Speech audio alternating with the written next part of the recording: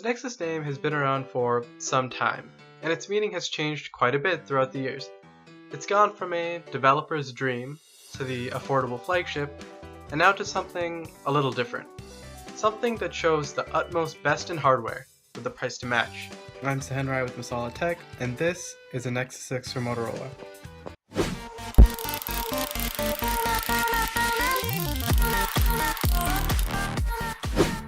Now right away, it's pretty obvious that the Nexus 6 is a very large phone.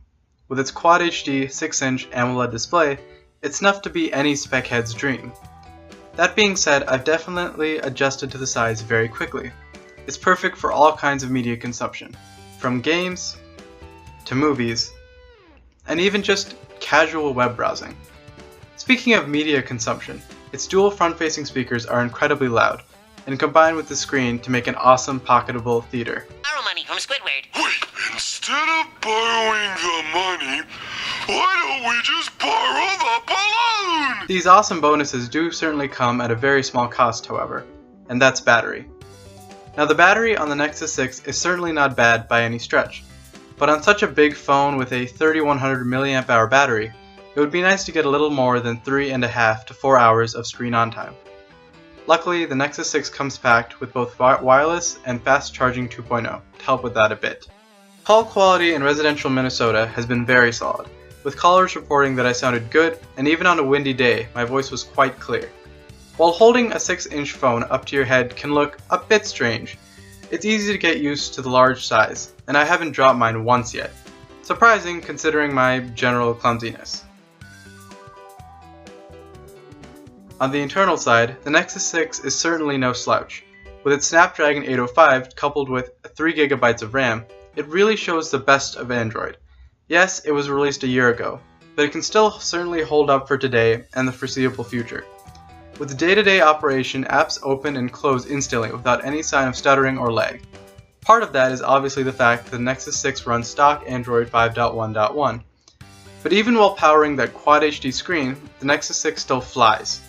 It shows that no matter how many things you throw on an Android device, for performance, nothing really beats stock. On the optics side, we got a 13 megapixel back-facing camera with optical stabilization. Now being that I've used the device for over a month, I've certainly had some great shots out of it. In good lighting, colors can be very bright and colorful, and the included HDR+ mode can get nice lighting in some otherwise dull shots. However, when things get darker, the Nexus can suffer a little. Not that the shots are bad, but on a phone that's $650 brand new, you'd expect a bit better. On the front-facing side, pictures aren't bad. However, it does seem to blow the light in pictures way out of proportion.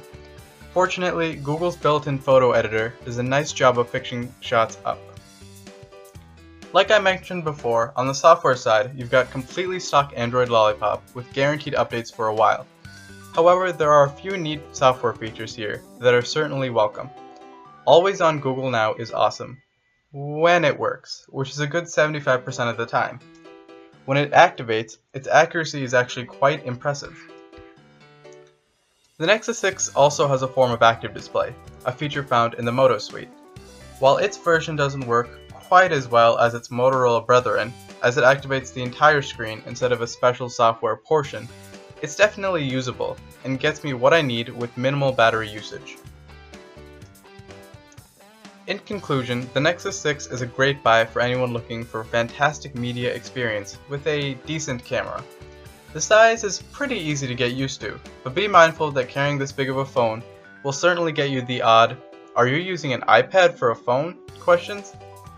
If you're trying to decide between waiting for the new Nexuses and getting a Nexus 6, it'll really come down to if you're willing to have a big screen phone and maybe not a top-of-the-line camera, along with a few other possible missing features.